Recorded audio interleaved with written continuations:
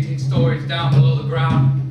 They're putting people in one end and out with what they want. The way they do it, Papa, each night they took the world on its side, and everybody loose goes rattling to the bottom. And then they hook them by the heels, hang them up, cut them open. Only by that time, they ain't got no ears, just some beat up gears and stuff.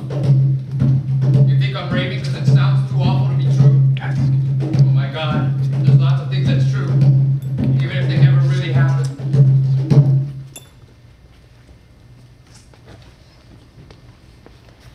Well, well, here's the chief, The super chief. deaf and dumb. And his breakfast and he's ready to go. Don't you know better? Don't you know to keep till when that bell ring? Look at him shake. He's picking up the apples off my head, and he's scared like a baby. What's the matter, chief? You want your broom? That's it, he wants his broom. Start sweet, chief. That's it, baby. That's like a loony. Old chief broom. Oh, boom round. If you don't mind, boys, I don't think it wise to group up and stand around like that. Mean old Monday morning, you know, such a lot to get done. Yeah, that's right. That's fine, boys. Warren, you might start by getting poor Mr. Grongdon shaved. And Williams, you have dormitory duty, don't you? Yeah, that's right, chief. That's just fine. Good morning, Miss Ratchet. Oh, I'm sorry I'm late, but I overslept from this midnight mass. Never mind, we'd best get started, hadn't we? Yes, Miss Ratchet.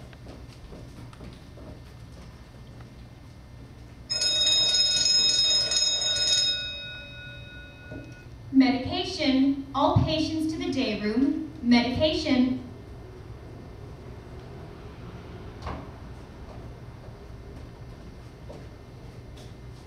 Good morning, Mr. Harding. Are you sure?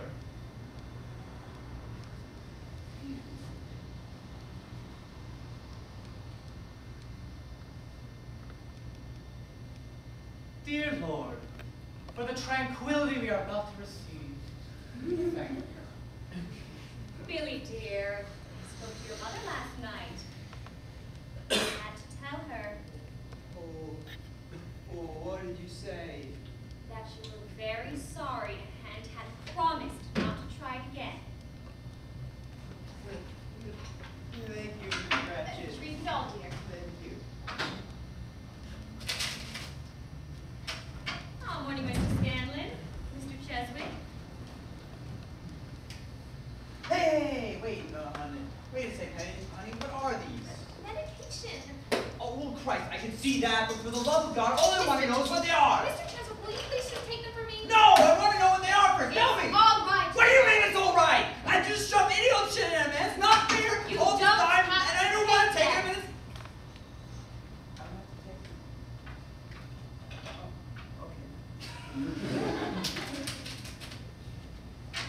Morning, Mr. Martin. Good morning.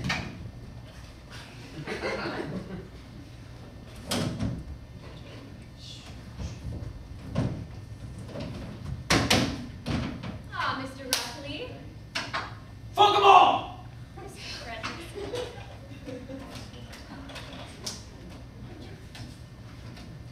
Williams, we've been to admission today. I'd like you to meet him in receiving. Nurse Flynn, I'll be in the staff room. Behave yourselves, boys.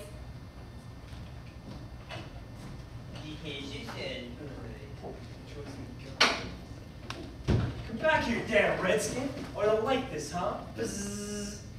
You know what? I don't like the look in your eye. Yeah, that's better.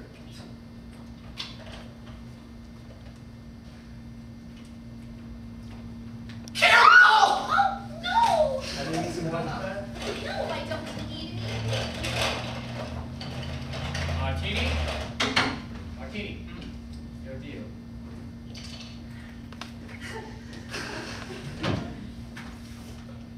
Hey, cut it out. What? There's nobody there. Sure? There's only 4 of us. Okay. Martini, will you for God's sake stop hallucinating? Give me the cards.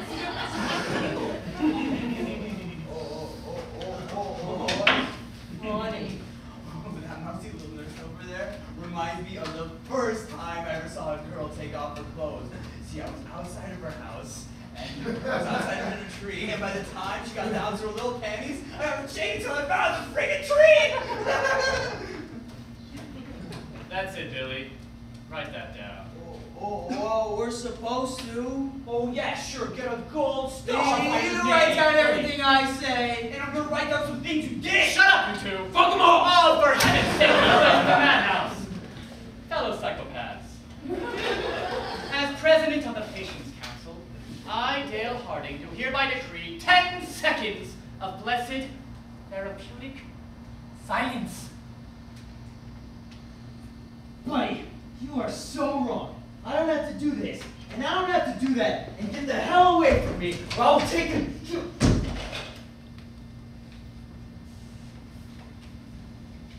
Morning, buddies. Mighty nice fall day. What a sorry-ass looking bunch. Now see here, mister. Oh, get away from me, boy. Let me look my new home over, will you? I mean, what the hell? I've never been in an institute of psychology before. My name is R.P. McMurphy, and I am a gambling fool. What's this, your pinochle? Jesus. You got a straight deck around here? Say, here we go. I brought along my own, just in case. Every card a picture. Check those pictures, huh? 52 positions, boys. Everyone different. Hey, don't lick them. We got lots of time. Lots of games. You see, what happened was I got in a couple of hassles down at the work farm, and the court ruled that I'm a psychopath. And do you think I'm going to argue with the court? Ha! You can bet your bottom dollar I don't.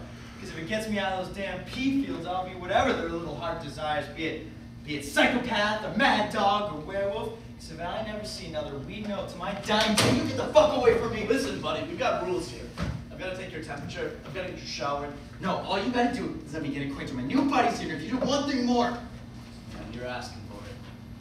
You're gonna get it. fucker! That's a whole deal better. Now, we can get something settled. Who here is the Bull Goose Looney? Come on, I'm asking. Who is the Bull Goose Looney? Oh, it's not me, mister. I'm not the Bull Goose Looney, although you said I'm next to the line for the job.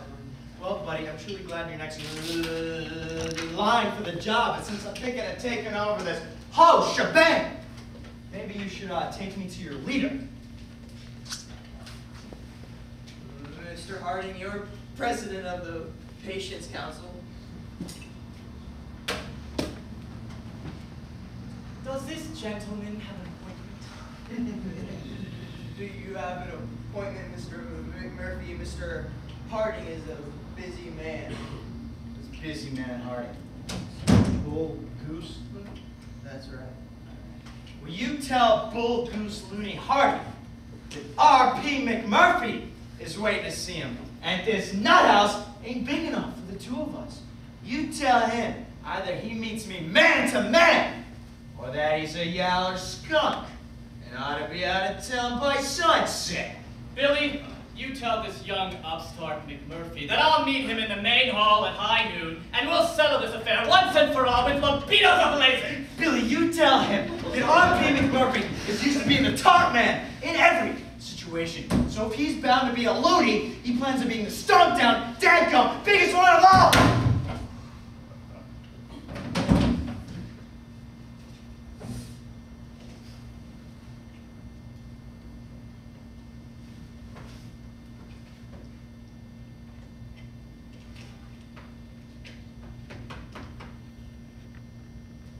And there, by God, means for the drop of blood. Now, who's the rest of these fellas? Well, on this side of the room, you're the acutes. What's acute about it? You are presumably curable. And over here, the chronics. A walker and a vegetable. They incurable? Well, what the hell then? R.P. McMurphy, how you doing? Hey, Randall P. McMurphy. Got any cigarettes? Nothing but, get it? Oh.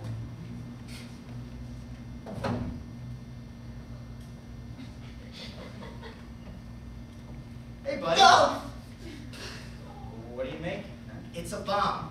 To blow up everything. You got competition now, buddy.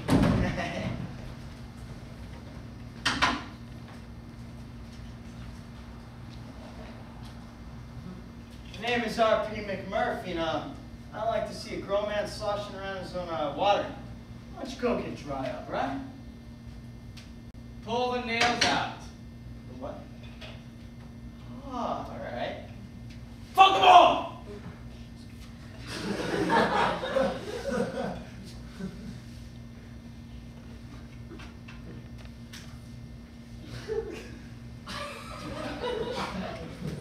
Well, what do we got here? That's Chief Brompton. Just story, Big Chief. He can't hear you. He's deaf and dumb. Why they got him all strapped down for? I don't like that at all. Just ain't dignified. There we go. Woo! You get your full growth going, you're gonna get to be pretty good size. Tribe is he? I don't know. He was here when I came. According to the doctor, he's a Columbia River Indian. Oh. You know, one of those that lived up on the waterfalls. But I believe the tribe is now defunct. That's right, Chief, you defunct. He can't hear a word you say. Ah, Mr. McMurphy. Ma'am. I'll take that. Abe Williams tells me you are being difficult. Me? I understand you've refused to take your admission shower? Well, as to that, ma'am, they shot me down at the courthouse and last night at the jail. And I swear they would have washed my ears for me on the way over if they could have found the facilities. That's quite amusing, Mr. McMurphy. But you must realize our policies are engineered for your cure, which means cooperation. Ma'am, I'll cooperate from hell to Thursday. But you wouldn't want me to be unpolite. I mean, I had to get acquainted with my new buddies. Oh, please understand, I do appreciate the way you've taken it upon yourself to orient with the other patients. But everything in its own time. You must follow the rules. Ma'am, that is the exact thing. Someone always tells me about the rules just before I'm thinking of breaking every one of them.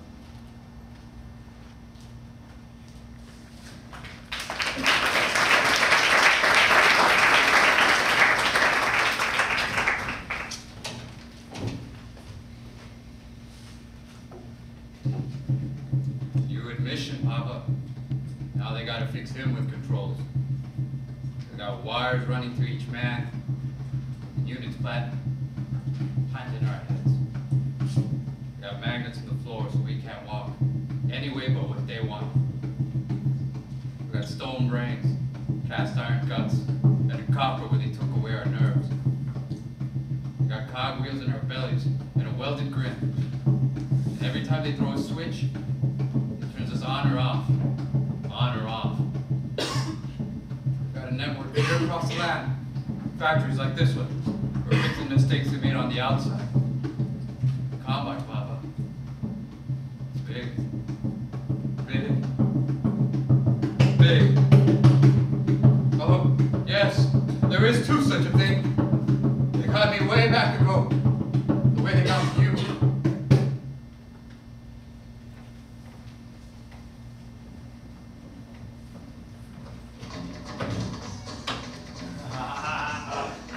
Hey, come on, suckers. You hit or you sit. Oh, well. With the king up, the boy wants it. Well, here you go. Oh, too bad. A little lady for the lad. And he's up the hill and down the road, over the hill. I dropped his load. And coming at you, Mr. Scanlon. And I wish some asshole in that nurse's outhouse would turn on that fucking music. Birds are just driving wrecked in my life.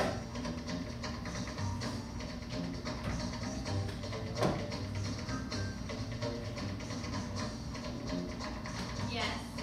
Would you mind turning off that goddamn noise? Yes, Mr. McMurphy. Yes, what? Yes, I would mind. Music is considered therapeutic. What the hell is therapeutic about Lawrence Only Welk? on the glass. It makes finger marks. Horse manure. Mr. McMurphy, I should mention, we have a rule against gambling. Oh, we're just playing for some cigarettes. Are you sure those cigarettes don't represent something else? Yeah. A hell of a lot of smoke! Now, you girls ought to laugh it up a little. Yeah. That's a good thing she brought up. How about we sweep the game? Where would we get money? Aw, stop kidding. I found out a few things about this place before I got sent over. Damn near half you boys full compensation. $300-400 a month. Don't draw nothing but dust. All you gotta do is sign some little IOUs. All right with me. All right, let's say each cigarette's worth a quarter. Okay. All right. Brother. Let's Don't go. forget, Mr. McMurphy, no gambling for money. Is that a two-way system? No, but Miss Ratchet is a human radio. It is, huh? Well, I may just have to pull her plug. All right, Professor. With the douche showing I got some Marlboros and you're gonna back to. Oh, what the hell? Group meeting. Time for group meeting. What the fuck is going on? Group therapy every day this time.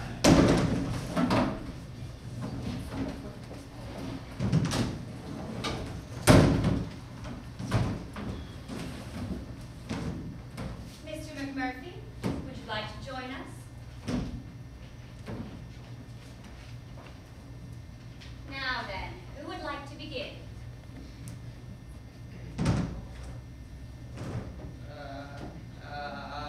I guess I ought to talk about this. It was on account of my mother. Every time she comes to visit, it leaves me feeling just awful. Your mother loves you, Billy. Billy, baby. Billy, darling. I know. That's the trouble. She won't see me like I am. I'm such a disappointment to her, but she won't admit it. I say to her, I say, Mama, I'm not right in the head. I can't even talk straight, but she goes right on. And that's when I want to kill myself, so I try. Is it possible that you may be trying to punish her? Sure, it's possible. Miss Ratchet, can we talk about somebody else today? You really ought to face it, Billy. Very well. At the close of Friday's meeting, we were discussing Mr. Harding's wife and the fact that she is extremely well endowed in the bosom. Does anyone care to touch upon this further? Touch upon what? The subject. I thought you meant touch upon her.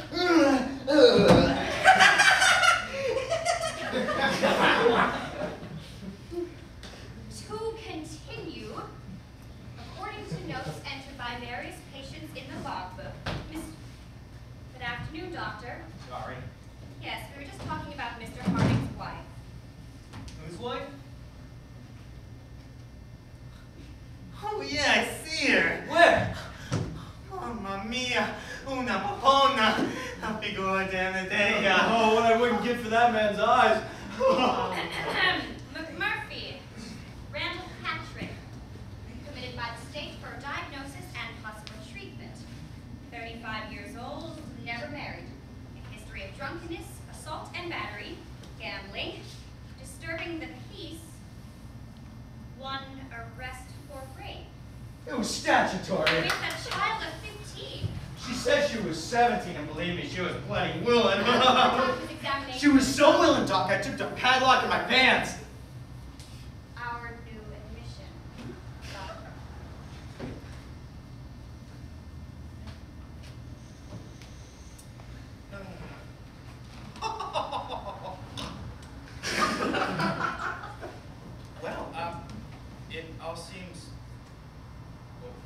all seems you haven't any previous history. Any time spent in other institutions? Well, including state, county, Mental institutions, Mr. McMurphy. No. This is my first trip. But I am crazy, Doc, I swear. Here, let me show you. That other doctor down at the work farm, he said, oh, here it is. Repeated outbreaks of passion that suggest the possible diagnosis of psychopath. He said psychopath means I fight and fuck too much. Sorry, how did he put it? I'm overzealous in my sexual relations. Doc, is that really serious? You ever been troubled by that? I've kind of admit, Mr. McMurphy, I'm not. I mean, that bit about fighting I can understand, but who ever heard of a man getting too much poozled? I am, however, interested in this statement here. It says, try not to overlook the fact that this patient may indeed be feigning psychosis to escape the drudgery of the work farm. Very interesting. Well, Mr. McMurphy, what about that? Do I look like a sane man? Ah! Whoa! Perhaps, Doctor, you should advise Mr. McMurphy as to the protocol of these meetings. Yes. Thank you, nurse. One of the first rules here is all patients remain seated. You see, we operate on the principle of the therapeutic community. Which? The therapeutic community. Well, it basically means that this ward is society in miniature. And since society dictates who is sane and who isn't, we must measure up. Our goal here is a completely democratic ward, governed by the patients. We're going to restore you to the outside. Now, the important thing is not to let anything fester inside you, Mr. McMurphy. Feel free to talk, discuss, confess. If another patient says something of importance, write down in a log. I'll see. Do you know what this procedure's called? Squealing? Group therapy. Help you and do the rest of the patients probe the secrets of the subconscious. Bring all those old guilts that you have right out into the open. What the? Well, you have them, otherwise you wouldn't be here. Oh yeah, I think I'm getting what you're starting to say here. Excellent. Like this dream I had the other night. Maybe you could explain it to me. See, it was like me in the dream. But then it wasn't me. It was maybe someone that looked like me, like my daddy. Interesting. Yeah. It had to be my daddy, because you know what? He had this big iron bolt through his jawbone. Your father had an iron bolt through his jawbone. Yeah, real regular Frankenstein. Fascinating. Nurse, If I may suggest, Doctor, patient McMurphy may learn best by example. Now then, according to notes entered by various patients in the logbook, Mr. Harding has stated that he was uncomfortable when walking with his wife on the street because of the manner in which other men stared at her. He has further said, quote, She damn well gives them reason to stare. Unquote. yes. I see Mr. Harding has also stated that he may give her reason to seek sexual attention elsewhere. What reason, Dale? Well, I can't say that I have been notably ardent. Do you mean sexually inadequate? Oh, maybe she's just plain too hot for him. Is that it, Hardy? I'll bet he's afraid of her. Not afraid. Scared. It might be fair to say, intimidated. Same thing. I see Mr. Harding has further said that his wife's ample bosom gives him a feeling of inferiority. Why'd you marry a bra with such juicy knockers if you couldn't handle them, huh, Hardy? Oh, I'll bet he's got a mother fixation. I bet he never learned how to wean him. That's not so! I wanted a womanly woman, one who would not compete, but who would help me to become the man that I wanted to be. She has commented, Dale, that she finds you less than masculine. Oh yeah, like the way you use your hands. How about it, Married Hardy? a woman who is quite obviously your inferior. Don't you find significance in that? Well, of course, but I fear it seemed to me sexually at least. Yeah, you're always saying how she's such a good Yeah, what happens in the sack? Complete psychic